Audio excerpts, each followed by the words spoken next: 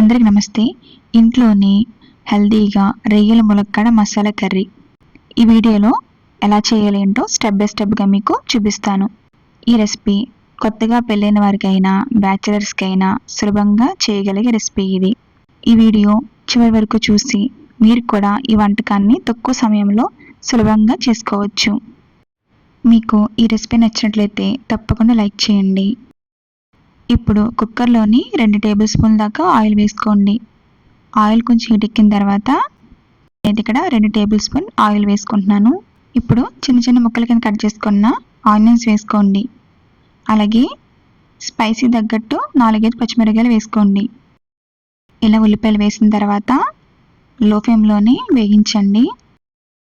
ఈ ఉల్లిపాయలు బంగారు రంగు వచ్చే వరకు వేగించండి.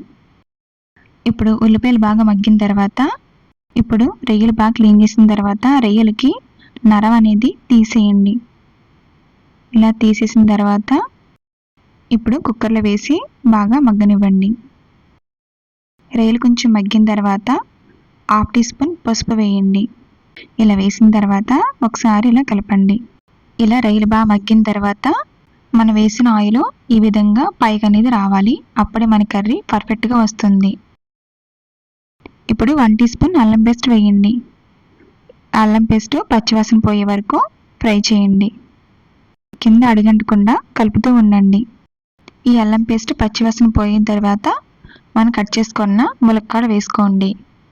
ఇలా వేసిన తర్వాత ఒక 2-3 నిమిషాలు బాగా ఫ్రై చేయండి.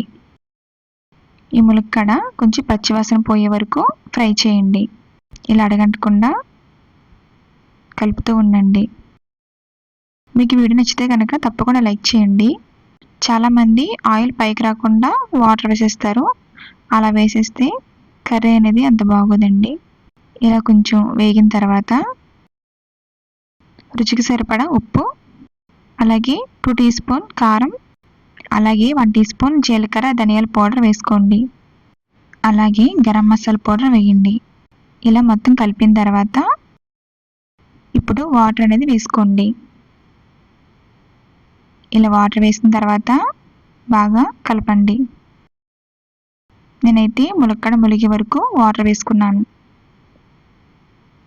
ఇలా వేసిన తర్వాత కుక్కర్కి మూత పెట్టండి. ఇలా కుక్కర్కి మూత పెట్టి 1 విజిల్ మాత్రం వేయించండి. కుక్కర్ పూర్తిగా చల్లారిన తర్వాత మూత అనేది తీయండి. చూడండి 1 విజిల్ మాత్రం వేయించాను నేను. ఇప్పుడు కుక్కర్ని స్టవ్ మీద పెట్టి ఒక 10 నిమిషాలు ఉడికించండి. ఇలా ఉడికించిన తర్వాత కొత్తిమీర వేసుకోండి. అలాగే కరివేపాకు వేసుకోండి. ములక్కాడ కూడా పర్ఫెక్ట్గా ఉడికిపోయింది కుక్కర్లోని. చూసారండి, ములక్కాడ రొయ్యలు కూర కుక్కర్లో చాలా ఈజీగా అయిపోయింది. టైం కూడా మీకు సేవ్ అవుతుంది. మీకు ఈ రెసిపీ నచ్చినట్లయితే తప్పకుండా లైక్ చేయండి. ఇంకా మా ఛానల్ని సబ్స్క్రైబ్ చేయండి.